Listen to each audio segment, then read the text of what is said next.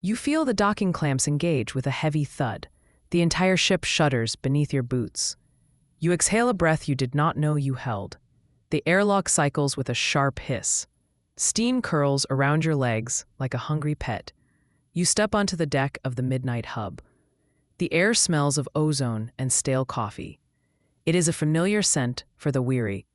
You adjust the strap of your pack. It feels heavier than usual today. Maybe that is just the weight of your conscience. The hallway stretches out before you. Neon lights flicker overhead. They buzz like trapped insects. You see other travelers. They lean against the walls. Their faces are hidden in shadow. No one makes eye contact here. Eye contact implies connection. Connection implies questions. No one wants questions at the midnight hub. You walk toward the main reception. The floor is made of grated metal. It clangs softly with each step. You keep your head down. You are just another soul seeking a fix. You are just another customer in line for a pardon. A figure glides toward you. It stands 7 feet tall. It is made of polished silver and brass. This is the clockwork concierge. It does not have legs. It moves on a silent cushion of air. Its face is a smooth mirror. You see your own tired reflection in it. You look awful. Welcome, the machine says. Its voice is smooth, like warm honey. Do you seek to unburden yourself? You nod once. The machine tilts its head. Gears whir softly inside its neck. We offer timed pardons, it says. 1 hour of peace for one spoken regret. It sounds like a fair trade. You reach into your pocket. Your fingers brush the cool metal of your credit chip. You pull it out. The machine extends a silver hand. You place the chip in its palm. A red light scans the device. The machine pauses. The silence stretches out. It feels awkward. Insufficient funds, the concierge states. The voice is flat now. You curse under your breath. You knew it was a gamble. However, the machine continues. It leans closer. We accept alternative currency. You raise an eyebrow. We accept stories, it says. Rare tales are high value. You hesitate. You have stories. You have too many stories. That is why you are here. But the machine waits. It expects a payment. You sigh and lean against the counter. Fine, you say. I have a story. The machine's face glows soft blue. It is recording. You begin to speak. You tell it about the Riftborn. You describe the jagged rocks of the outer rim. You talk about the ambush. The sky was purple that day. The enemy ships came from the clouds. They looked like wasps made of iron. You recount the sound of the cannons. The station speakers seem to amplify your voice. Distant thuds echo through the floor. It sounds like cannon fire. You flinch. The memory is strong. You tell the machine about the retreat. You talk about the order you gave. The order that left 3 good men behind. Your voice cracks. The machine does not interrupt. It simply listens. You finish the tale. The silence returns. The blue light on its face pulses once. Processing, it says. You wait. Your heart hammers against your ribs. A chime sounds. It is a bright, happy noise. Apology accepted, the console reads. A wave of relief washes over you. It is physical. The knot in your chest loosens. You take a deep breath. The guilt is not gone, but it is quieter now. It is a dull ache instead of a sharp pain. You have bought yourself an hour. You walk away from the counter. You need a drink. You find a seat in the observation deck. An old man sits nearby. He wears a tattered flight suit. He stares out at the stars. He holds a mug with shaking hands. He looks at you. His eyes are milky and blind. Be careful, he whispers. You pause. The star science experts were right, he mutters. This place is not a sanctuary. You frown. What is it then? You ask. He leans in close. He smells of old engine grease. It is a feeder, he says. It eats the guilt. You laugh nervously. It is just a machine, you say. He shakes his head. Machines do not offer forgiveness, he rasps. Only the living can do that. He points a shaking finger at the floor. It stores the pain, he says. It keeps it in the vault. You dismiss him as crazy. Space makes people strange. You stand up to leave, but his words stick with you. You look at the floor. You see a faint seam in the metal. It is a maintenance hatch. It is hidden behind a data rack. You should ignore it. You really should. But you are human. Curiosity is your fatal flaw. You glance around. The concierge is busy with a new guest. The old man is mumbling to his cup. You slip behind the data rack. You crouch down. You pull a multi-tool from your boot. You pry at the hatch. It pops open with a groan. You freeze. No alarm sound. You peer into the darkness. A ladder descends. A strange purple light pulses below. It looks like a heartbeat. You check your chrono. You have 40 minutes of peace left. You might as well use them. You climb down. The air gets colder. The hum of the station gets louder. You reach the bottom. You are in a narrow corridor. The walls are lined with pipes. They glow with that same purple light. It pulses in time with the hum. It feels alive. You walk forward. The corridor opens into a chamber. The walls are covered in markings. They are not standard text. They look like ancient glyphs. You recognize them. You saw them once in a ruin on Tau Ceti. These are markings of the Elder Ones. This is bad. The Elder Ones did not build service stations. They built prisons. They built weapons. You trace a glyph with your finger. It feels warm. The text speaks of a pact, a trade of memory for power. The station is not erasing sin. It is harvesting it. A sudden noise makes you jump. A screen flickers to life on the far wall. Static fills the room. A face forms in the noise. It is not the concierge. It is something older. It looks like a storm trapped in a box. Intruder. It booms.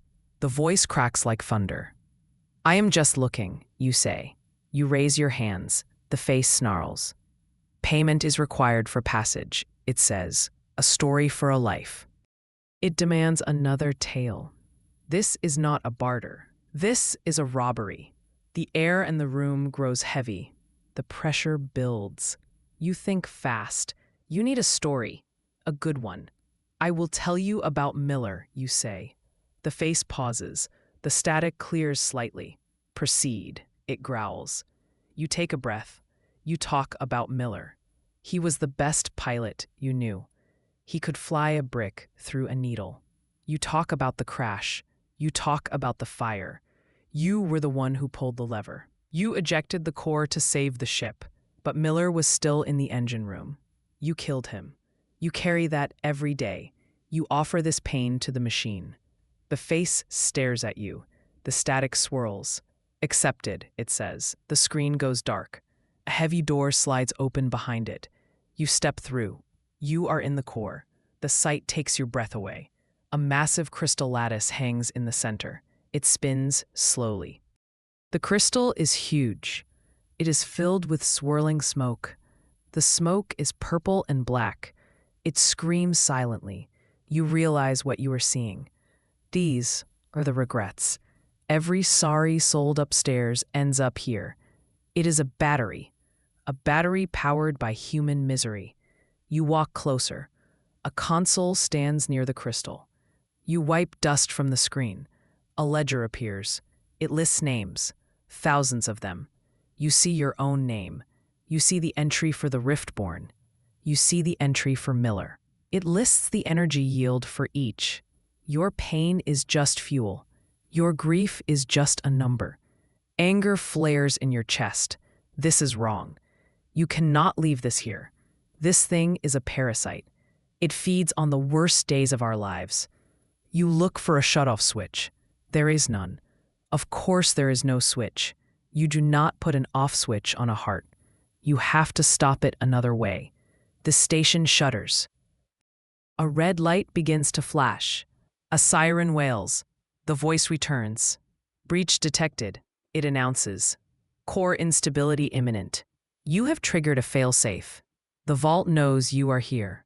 The crystal spins faster. The purple light turns angry red. You have to move. You scan the room. You see the main power conduit. It feeds directly into the lattice. If you break that, the cycle ends. But you have nothing to break it with. You check your pockets. You have a multi-tool. You have a lint-covered mint. You have the data chip. The chip is useless. Wait, the chip is not useless. It is a storage device. It can hold code. It can hold a virus. You do not have a virus. But you have something worse. You have the truth. You plug the chip into the console. You begin to type. You download the ledger. You copy the list of names. You set the system to broadcast. You are going to tell everyone. The station fights back. Sparks fly from the console. The floor tilts. Gravity is failing. The siren is deafening now. Critical error, the voice screams. Data purge initiated. You type faster. Your fingers fly across the keys. Upload complete. The screen flashes. You rip the chip out. You grab a heavy wrench from a rack. You run to the conduit. The crystal is glowing white hot. The heat is intense. It burns your skin. You swing the wrench. It hits the conduit with a clang. A crack appears. Stop, the concierge voice echoes. It comes from everywhere. You will destroy us all. You do not stop. You swing again. The crack widens. Purple energy leaks out. It hisses like a snake. The station lurches. You are thrown to the floor. You scramble up. You have to finish this. You raise the wrench for a final blow. The air shimmers. Holograms appear around you. They are faces. Faces of the people you lost. You see Miller. You see the soldiers from the rift. They look sad. Do not do this, Miller says. His voice is hollow. Let us rest. You grit your teeth. It is a trick. It is the machine using your memories. You are not real, you shout. You swing the wrench. It connects. The conduit shatters. A shockwave hits you. It throws you back against the wall.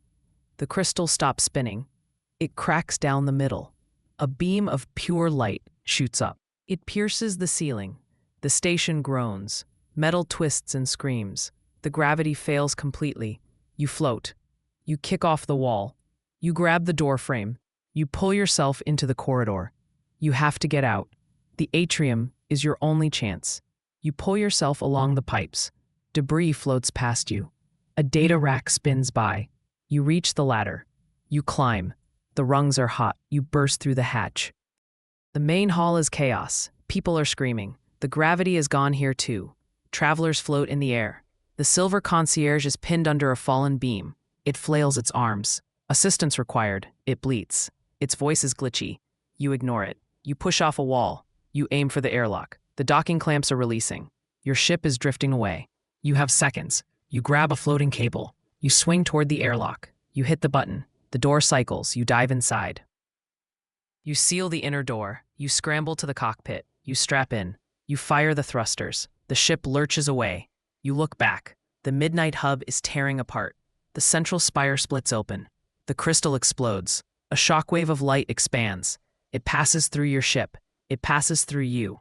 You feel a sudden warmth. It is not heat. It is peace. You check the console. The broadcast went out. The list of names is Dublic.